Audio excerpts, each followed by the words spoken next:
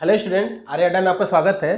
भूगोल का एक नया टॉपिक लेके आया हूँ जो है भारत का भूगोल। इसमें हम पर्वत, पठार, मैदान सभी प्रकार के देखेंगे और इसको डिटेल में देखेंगे। थोड़ा लंबा जाएगा ये टॉपिक, कम से कम 8-10 वीडियो, कम से कम 8-10 क्लास लगेगा, लेकिन तभी हम इसको पूरा डिटेल में देखेंगे और एक एक चीज़ पूरा कंप्लीट करेंगे।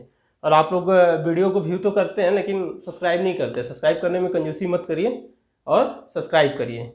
चलिए शुरू करते हैं। भारत का भूगोल, तो क्या भारत के संपूर्ण क्षेत्रफल का, भारत का भूगोल किस में क्या पर्वतीय भाग आता है, फिर पहाड़ी भाग आता है, पठारी क्षेत्र, मैदानी क्षेत्र। तो पर्वतीय भाग कितना प्रतिशत है? 10.7% पर्वतीय भाग है, 10.6% पहाड़ी भाग है, 27.7% पठारी क्षेत्र है और 43% मैदानी भाग है। सबसे ज़्यादा कौन सा भाग है? मैदानी भाग। पर्वतीय भाग 10.7%, पहाड़ी भाग 10.6%, पठारी भाग 27.7% और 43% मैदानी भाग है। फिर भारत को 5 भागों में बांटा गया। भारत के भौगोलिक आकृति को कितने भागों में बांटा गया है? 5 भागों में। तो पहला क्या है? उत्तर का पर्वतीय क्षेत्र, जिसमें हिमालय आ जाता है, जितना पर्वतीय क्षेत्र है वो आ जाएगा। फिर उत्तर भारत का विशाल मैदान, प्रायद्वीपीय पठार, तटीय मैदान, भारतीय द्वीप। उत्तर का पर्वतीय क्षेत्र, उत्तर भारत का विशाल मैदान, प्रायद्वीपीय पठार, तटीय मैदान, भारतीय द्वीप। तो फिर हम शुरू करते हैं। पहला टॉपिक, उत्तर का पर्वतीय क्षेत्र। हमने क्या देखा? 5 भागों में इसको बांटा गया। किसको? भारत के भौगोलिक आकृति को 5 भागों में बांटा गया है। कौन कौन सा है? उत्तर का पर्वतीय क्षेत्र, उत्तर भारत का विशाल मैदान, प्रायद्वीपीय पठार, तटीय मैदान, भारतीय द्वीप। फिर हम स्टार्ट करते हैं पहला उत्तर का पर्वतीय क्षेत्र। इसमें ज़्यादातर हिमालय के श्रेणी आएंगे। पहले देखते हैं उत्तर का पर्वतीय क्षेत्र। इसका विस्तार सिंधु नदी से शुरू होकर ब्रह्मपुत्र नदी तक होता है। कहाँ तक? सिंधु नदी से शुरू होकर ब्रह्मपुत्र नदी तक होता है। इसकी लंबाई 2500 किलोमीटर है। इसकी लंबाई कितनी है? 2500 किलोमीटर तथा ऊंचाई 6000 मीटर है। लंबाई 2500 किलोमीटर तथा ऊंचाई 6000 मीटर है। इसमें 52 चोटियाँ पाई जाती है। कितनी चोटियाँ पाई जाती हैं? 52 चोटियाँ पाई जाती हैं। और पर्वतमाला का विस्तार 5 लाख वर्ग किलोमीटर तक है। पर्वतमाला का विस्तार 5 लाख वर्ग किलोमीटर तक है। तो स्टूडेंट, हमने अभी देखा भारत का संपूर्ण क्षेत्रफल का 10.7% पर्वतीय भाग है, 10.6% पहाड़ी भाग, 27.7% पठारी क्षेत्र है, 43% मैदानी भाग। फिर भारत के भौगोलिक स्थिति को 5 भागों में बांटा गया है। उत्तर का पर्वतीय क्षेत्र, उत्तर भारत का विशाल मैदान, प्रायद्वीपीय पठार, तटीय मैदान, भारतीय द्वीप। तो इसको हम पहला क्या है? उत्तर का पर्वतीय क्षेत्र। इसका विस्तार सिंधु नदी से लेकर ब्रह्मपुत्र नदी तक है और इसकी लंबाई 2500 किलोमीटर है तथा ऊंचाई 6000 मीटर तक है। और इसमें 52 चोटियाँ पाई जाती है। कितनी चोटियाँ? 52 चोटियाँ पाई जाती हैं। और पर्वतमाला का विस्तार 5 लाख वर्ग किलोमीटर में है।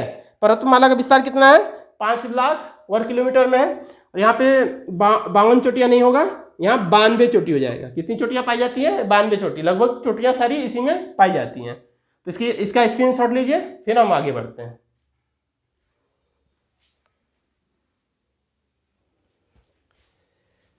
देखते हैं हिमालय पर्वत क्षेत्र को पूरा डिटेल में देखेंगे। तो हिमालय पर्वत क्षेत्र के 4 प्रमुख श्रेणियों में बांटा गया है। हिमालय पर्वत क्षेत्र को 4 प्रमुख श्रेणियों में बांटा गया है। पहला क्या? ट्रांस हिमालय, जिसकी ऊंचाई 600 मीटर है। ट्रांस हिमालय जिसकी ऊंचाई 600 मीटर है। बृहत और आंतरिक हिमालय जिसकी ऊंचाई 6100 मीटर है। लघु और मध्य हिमालय जिसकी ऊंचाई 300 मीटर है। शिवालिक हिमालय जिसकी ऊंचाई 1000 से लेके 2500 मीटर तक है। तो हम पहला देखते हैं क्या? ट्रांस हिमालय। पहला ट्रांस हिमालय के क्षेत्र के बारे में देखते हैं। यह यूरेशिया प्लेट का हिस्सा है। ट्रांस हिमालय यूरेशिया प्लेट का हिस्सा है।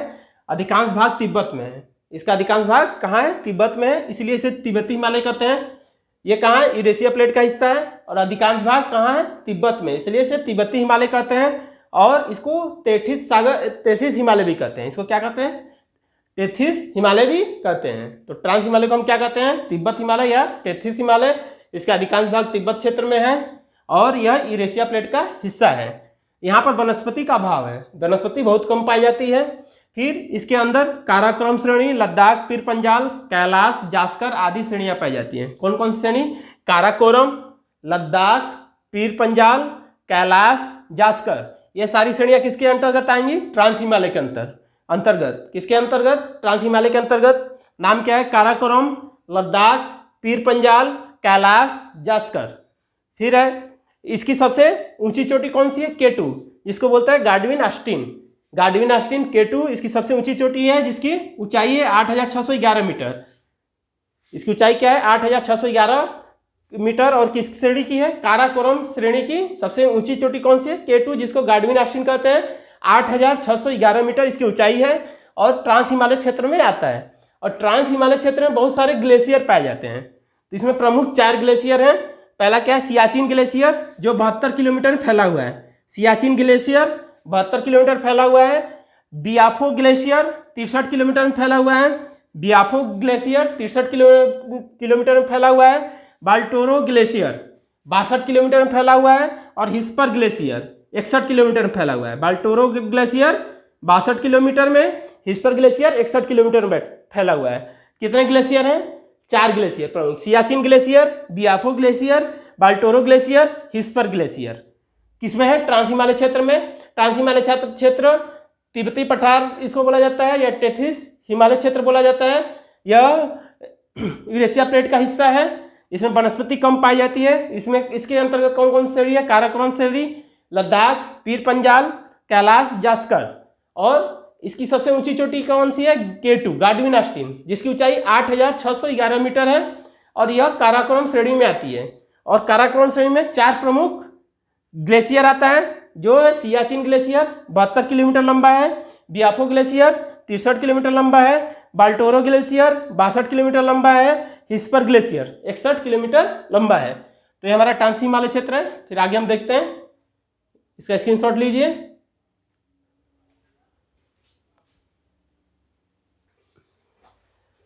चलिए स्टूडेंट आगे देखते हैं।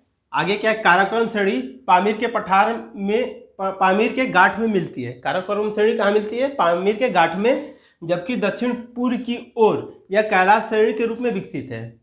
दक्षिण पूर्व की ओर कैलाश श्रेणी के रूप में विकसित है और यह श्रेणी पामीर के घाट में मिलती है।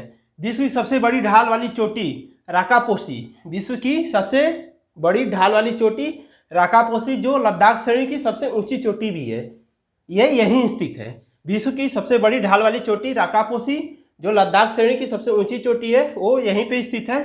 ट्रांस हिमालय का निर्माण अवसादी चट्टान से हुआ है। किस चट्टान से हुआ है? अवसादी चट्टान से हुआ है। ट्रांस हिमालय का निर्माण अवसादी चट्टान से हुआ है।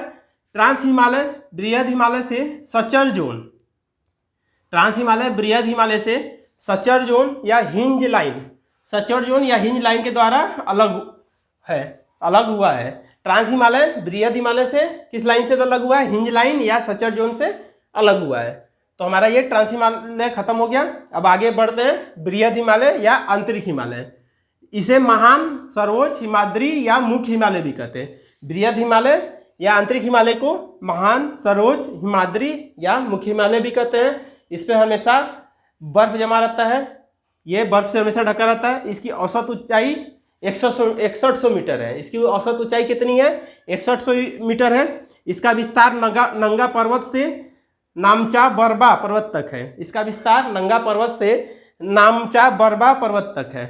नंगा पर्वत से नामचा बरबा पर्वत तक किसका विस्तार है? बृहद हिमालय या आंतरिक हिमालय। इसकी सबसे ऊंची चोटी माउंट एवरेस्ट है। इसकी सबसे ऊंची चोटी क्या है? Mount Everest. और माउंट एवरेस्ट को ही चोमोलुगमा भी कहते हैं। माउंट एवरेस्ट को क्या कहते हैं? चोमोलुगमा या सागर माथा। माउंट एवरेस्ट को चोमोलुगमा या सागर माथा कहते हैं। और चोमोलुगमा का अर्थ क्या होता है? पर्वतों की रानी। चोमोलुगमा का अर्थ क्या होता है? पर्वतों की रानी। चलिए इसका स्क्रीनशॉट लीजिए, फिर हम आगे बढ़ते हैं।